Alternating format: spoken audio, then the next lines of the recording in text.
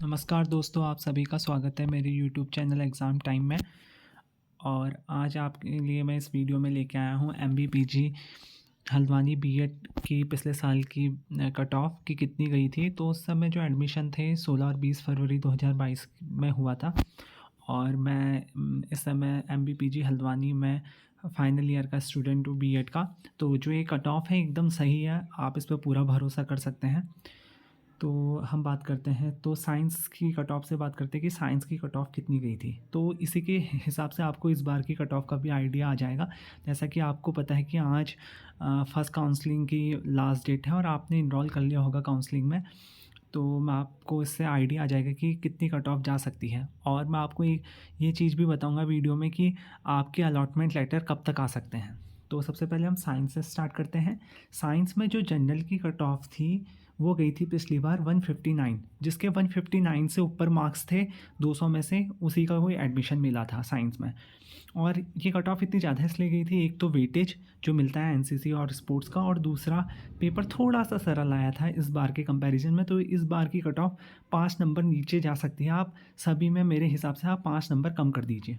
और EWS की गई थी पिछली बार 155 मार्क्स, OBC के लिए गई थी 145 मार्क्स, SC के लिए 136 मार्क्स और ST के लिए 139 मार्क्स। और हम सीट की बात करें, जनरल के लिए 10 सीटें थी, EWS के लिए 3, OBC के लिए 3, SC के लिए 4 और ST के लिए 1। कुल मिला के यहाँ पे साइंस की 21 सीटें हैं। 21 सीटें आपको MBPG में देखने को मिलेंगी और 21 सीटें जो दूसरा कॉलेज है गवर्नमेंट हल्दू चौड़ में भी देखने को मिलेंगी।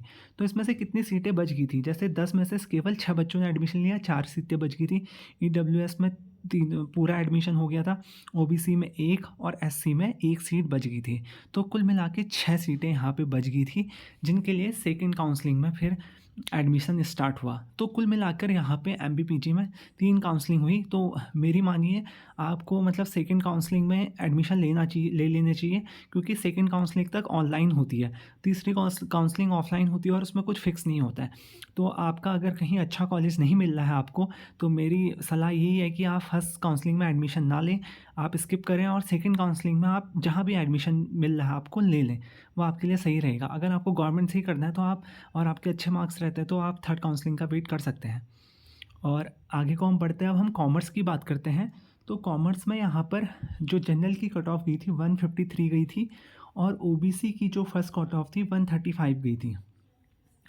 तो यहाँ पे क्या हुआ था, और जनरल के लिए 2 सीटें और OBC के लिए 2 सीटें यहाँ पे रिजर्व हैं। तो यहाँ पे क्या हुआ, जनरल की दोनों सीट खाली रही, 2 बच्चे जो थे उन्होंने एडमिशन लिया ही नहीं। तो यहाँ पे 2 सीटें वैकेंट रही और उसके लिए सेकंड काउंसलिंग हुई। अब हम बात करते हैं आर्ट्स के लिए कितनी गई थी कट ऑफ आर्ट्स की। तो आर्ट्स के लिए यहाँ पे आप जनरल की देख सकते हैं 151। अगर आपके 150, तो इस बार मैं आपको कहूँगा कि अगर आपके 145 से ऊपर नंबर हैं, थोड़ा ऊपर नीचे हो सकता है, 46, 47, 48 भी हो सकता है, पर 150 से अगर ऊपर नंबर हैं तब तो आपका आर्ट्स में अगर आ रहे हैं तो जनरल में आपका एडमिशन हो जाएगा MBPG में। और EWS के लिए 141 थोड़ा कम गई थी, SC के लिए 139, OBC के लिए 145, और ये डिफेंस पर्सन के लिए होते हैं अगर जिन्होंने सेना में सर्विस दी है, तो 121 गई थी पर उन्हें एडमिशन लिया नहीं। और PH के लिए जो फिजिकली हैंडीकैप होते हैं उनके लिए 127। तो यहाँ पे जनरल के लिए आर्ट्स में 11 सीटें हैं, EWS के लिए 6 सीटें हैं, आर्ट्स में ज़्यादा सीटें हैं, SC के लिए 6 हैं और OBC के लिए 3 हैं, और PH और एक्स डिफेंस के लिए 1-1 है। तो यहाँ पे जनरल की केवल 3 सीटें बची की थी, और EWS के लिए केवल 2 सीटें बची थी, और SC के लिए यहाँ पे 2 सीटें बच गई थी। कुल मिलाकर यहाँ पर हम देखें तो 7 सीटें बच गई थी और उसके लिए सेकंड काउंसलिंग हुई। तो जहाँ तक मेरे को लगता है और जहाँ तक मैंने देखा दोस्तों कि आपका अगर फर्स्ट काउंसलिंग में नंबर नहीं आ रहा है तो आपको सेकंड काउंसलिंग तक का वेट करना चाहिए।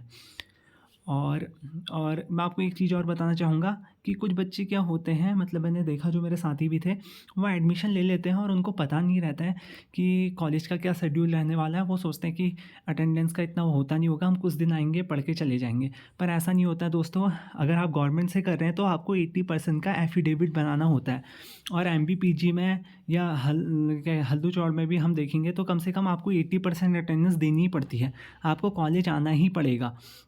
आप इससे बच नहीं सकते हैं। तो इसलिए मैं आपको ये सलाह दूँगा कि आप अपने पैसे बर्बाद ना कीजिए काउंसलिंग में। और क्या कहते हैं, अगर आपको कहीं कुछ और भी करना है बीएड के साथ, तो आप कहीं दूसरे कॉलेज में एडमिशन लीजिए, कहीं दूसरे से कीजिए, प्राइवेट से कीजिए, क्योंकि आपको गवर्नमेंट में आना ही आना पड़ेगा। आप इससे बच नहीं सकते हैं। और बाकी टाइम टेबल का ऐसा रहता है दोस्तों कि 10:30 पे सेशन मतलब प्रेयर स्टार्ट होती है। सबसे पहले यहाँ प्रेयर होती है जैसे स्कूल में होती है, तो ये करीब 10:45 तक चलती है। और 10:45 से 5 मिनट की अटेंडेंस होती है, और उसके बाद फिर क्लासेस स्टार्ट हो जाती हैं। और 1 से 1:30 तक का यहाँ पे ब्रेक होता है, आप खाना वाना खा सकते हैं अपना। और उसके बाद गवर्नमेंट की बात करें तो यहाँ क्लासें वही 2:30 या 3 तक चलती हैं, मतलब अप्रॉक्स। और इस बीच आपके मतलब ऐसे कोई नहीं होगा कि खाली पीरियड है, क्लासें लगातार चलती रहती हैं, बहुत कम होता है। और अगर टीचर्स प्रेजेंट नहीं होते हैं तो रिसर्च स्कॉलर पढ़ाते हैं, और काफ़ी बढ़िया रहता है। और अगर आप बीएड के साथ कुछ और चीज़ की एग्ज़ाम की तैयारी कर रहे हैं, आप मैनेज तो कर सकते हैं, पर आपको अटेंडेंस का ध्यान रखना पड़ेगा। आपको 80% अटेंडेंस देनी पड़ेगी। टीचर्स बहुत हेल्पफुल होते हैं, बहुत बढ़िया होता है। और मेन ये है कि गवर्नमेंट में फ़ीस काफ़ी कम होती है। आपको 2750 समथिंग फ़ीस पड़ेगी फर्स्ट सेमेस्टर की, जो काफ़ी कम होती है। और से अगर सेल्फ फाइनेंस की बात करें तो 35,000 फ़ीस पड़ती है वहाँ पे। तो आप अपने हिसाब से देख लीजिए। और जो इम्पोर्टेंट था, क्या कहते हैं कि आपके जो अलॉटमेंट लेटर हैं वो 10 तारीख तक 9 या 10 तारीख को आ जाएंगे। तो आप उस हिसाब से अपना एडमिशन ले लीजिए जहाँ भी आपको कॉलेज मिलता है। अगर आपको फर्स्ट काउंसलिंग में अच्छा कॉलेज नहीं मिलता है तो आप वेट कीजिए, आप सेकंड काउंसलिंग में अपना एडमिशन करा लीजिए। 55 सीटें यहाँ एमबीपीजी हल्द्वानी में हैं, और 55 हल्दू चौड़ में भी हैं। तो अगर आपका एमबीपीजी की मैंने आपको कट ऑफ बताई है, आप इसमें 5 नंबर कम कीजिए और फिर 5 नंबर कम कर देंगे तो मतलब आपका हल्दू चौड़ का आ जाएगा, तो आपके आसानी से एडमिशन हो जाएगा। आप देख लीजिए कितनी कट ऑफ उस हिसाब से बैठती है। तो और लास्ट में ये कहना चाहूँगा कि आपको अटेंडेंस का ध्यान देना पड़ेगा, और एफिडेविट ये सारी चीज़ें बनानी पड़ेंगी। जैसे आपका अलॉटमेंट लेटर आ जाएगा तो क्या क्या चाहिए उस पे मैं दोबारा वीडियो बनाऊँगा। और लास्ट में ये कहूँगा, प्लीज़ चैनल को सब्सक्राइब कीजिए और वीडियो को लाइक कीजिए। और बस, थैंक यू, ध्यान रखिए।